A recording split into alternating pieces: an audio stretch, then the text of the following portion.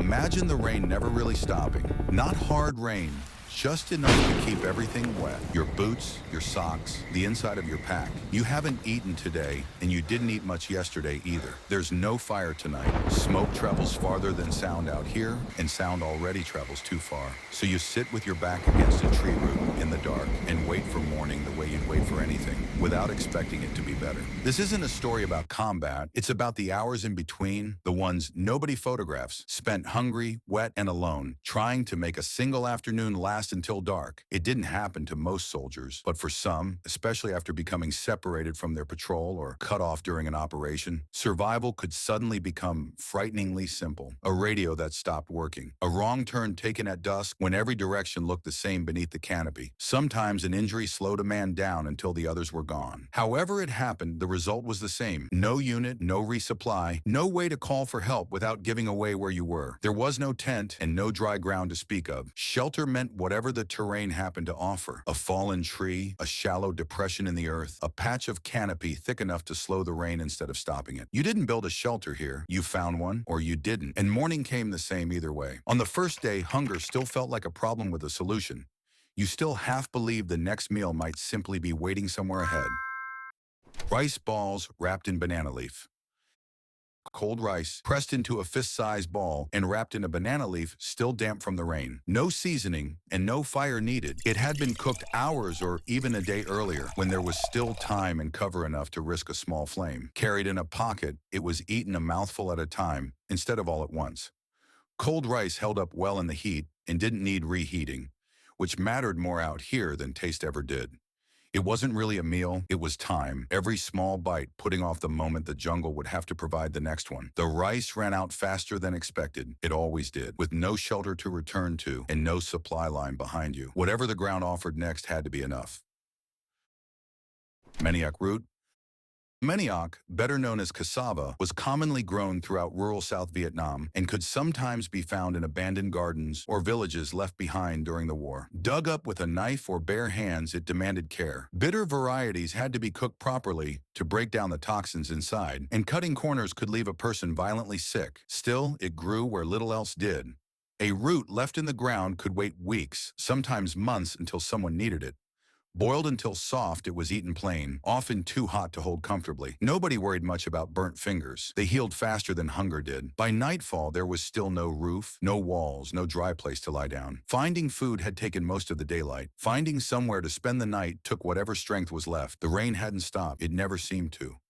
By the second day, the plan was gone. What remained was instinct. Move less, notice more. Take whatever the jungle offered without wasting energy, chasing something better. Somewhere in that second morning, a quieter realization settled in. No one was coming to find you today.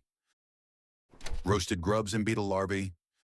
Rotting logs became more than fallen trees. They became places worth checking. Split open the soft, decaying wood, and sometimes beetle larvae or fat white grubs turned up inside, pale and still moving. Roasted briefly over a bed of coals, the outside brown while the inside stayed soft. Nobody looked for them because they sounded appealing. They were protein, and protein was rare once the carried rations ran out. After a while, even disgust took too much energy to hold on to, especially after another night spent sleeping without cover, in clothes that never fully dried. Roasted snake. If fortune provided one, a snake could be one of the most substantial meals the jungle offered, though catching one was never guaranteed. When one was caught, it was skinned with whatever knife was on hand, cut into pieces, and roasted over a small fire. The meat could stretch across 2 meals, sometimes 3, if the animal was large and every piece was saved carefully. It was eaten beside a fire kept deliberately small, just enough to cook, never enough to give away a position through the smoke or light. After the warmth faded, there was still no shelter, only the dark, the rain, and another night on the jungle floor. Green bananas. Ripe bananas rarely stayed on the trees long. Birds, insects, monkeys, and nearby villagers usually got to them first. Green ones were different. Starchy instead of sweet, boiled until soft, almost like potatoes. They could sometimes be found near abandoned gardens, places that also carried the risk of being seen. Plain and heavy, they offered valuable calories when little else was available. They didn't taste like comfort. They tasted like borrowed time, just enough strength to keep walking. By the second evening, staying dry wasn't really possible anymore. The choice had narrowed down to wet or slightly less wet. Food quieted the stomach for an hour. It did nothing for the cold that settled in after dark. Termites.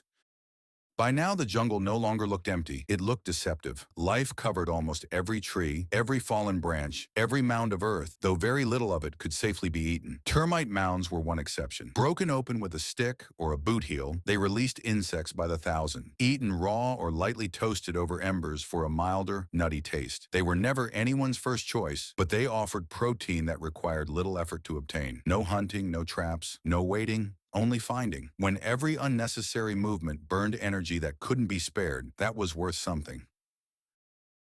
Wild taro leaves.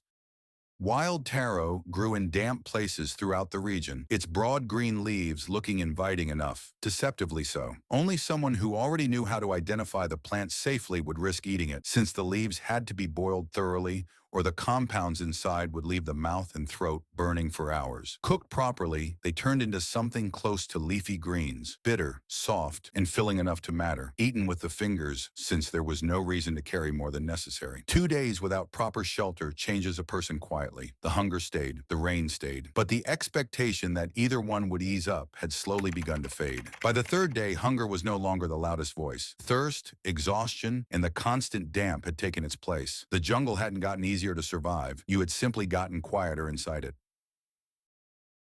Fish.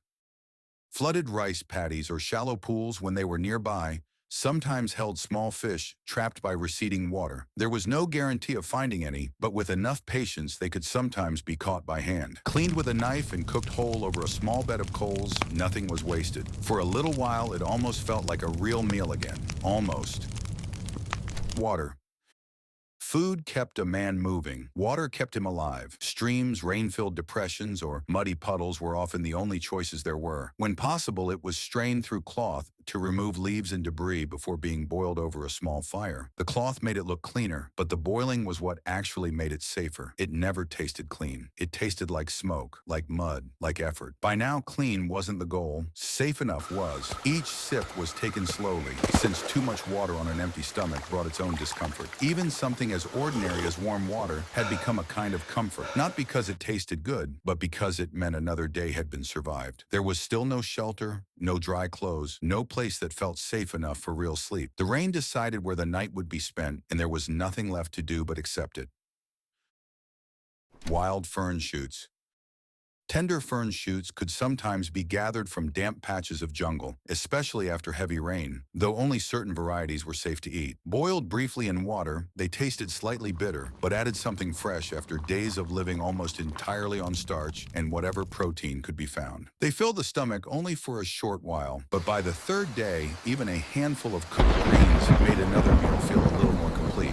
Nothing about these meals would have seemed remarkable back home, but alone in the jungle with no certainty of another meal and nowhere that truly counted as shelter, every bite brought another hour of strength. By the 3rd night, hunger had stopped announcing itself the way it had at the start. It had become part of the background, like the insects, like the rain, like the sound of your own breathing beneath the trees. Few people ever wrote about days like these. There were no battles to describe, no victories, no medals, just ordinary hours filled with ordinary decisions that quietly determined whether someone would still be alive the next morning. This wasn't heroism, and it wasn't hardship dressed up as meaning. It was simply survival, one decision and one meal at a time.